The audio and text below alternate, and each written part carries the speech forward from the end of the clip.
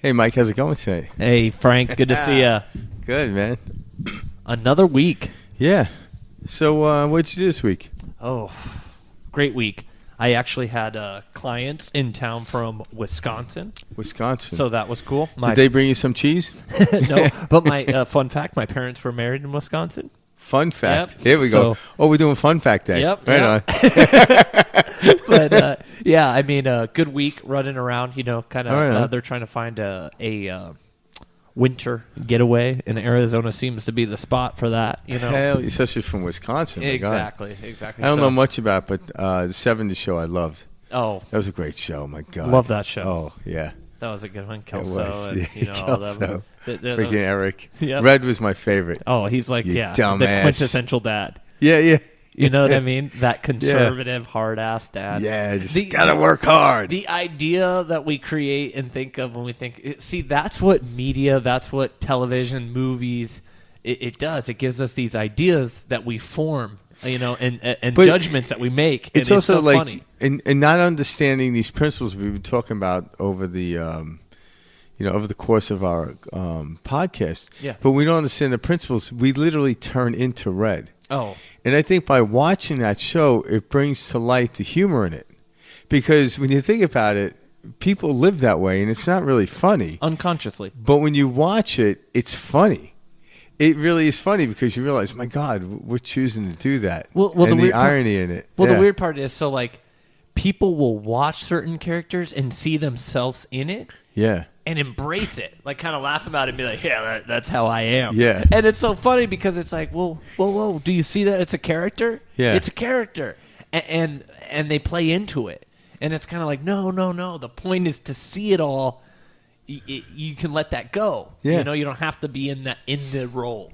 But it's funny how we tie our self-identity to, humor, upset, depression, introvert, extrovert. We put all these labels on ourselves. And what Frank and I are trying to get everybody to see with us is that all of these labels can easily fall away or easily be clung to, or we can cling to them, however you want to say it. Essentially, these are just thoughts and ideas in our head. To the idea that you are an introvert or an extrovert, that's ridiculous. You can be any of the above. You're not any at all, any of it at all.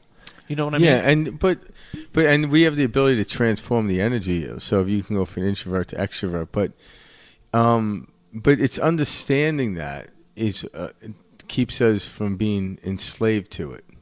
It's not understanding you think you're enslaved to it. You think it's happening to you, but you realize you're choosing it.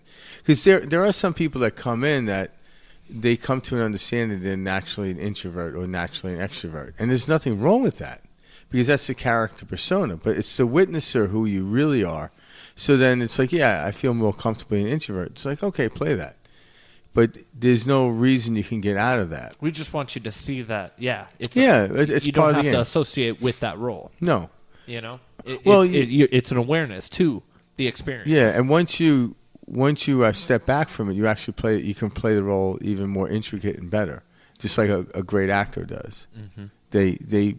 You have to dive into it, but it's just understanding. But what role do you want to dive into? Do you want to dive into a tragedy? Do you want to dive into a comedy? Yeah. We have the ability to change and flip the script on every situation and experience we have.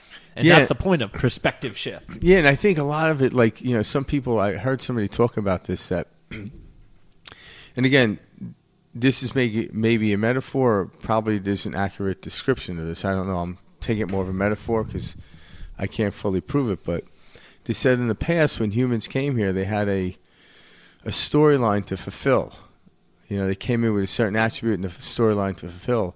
And in this time in space in which we're in now, which we call, the 21st century, as things are shifting and changing, we have the ability to change course, or what people say is renew your contract. Even within the same film you're doing, you can actually renegotiate and change. That's been known to characters going into, okay, I'm going to play this role. I'm like, you know what? I want to play this role. And even though the movie is on its way or getting ready, they can do that. So we have the ability now to shift into something that's more preferential from when we come to learn these principles in which we talk about.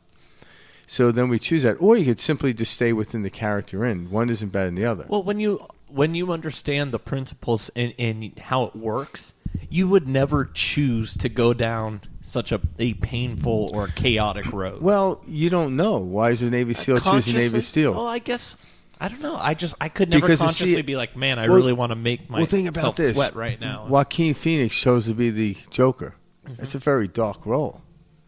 But he knew that. Is Joaquin Phoenix that dark person? Yeah, I don't know personally, but probably not. So when you choose to take that dark role in the understanding of choice, you don't die from that role. You become immersed in it. A lot of people take the role of the Joker, but they don't realize it's a role. They think that's who they are. We've all been there. And when you think this is who I am, what you're doing is eliminating the choice of you actually choosing this character. And once we take choice away from individuals, this is where the breakdown comes from.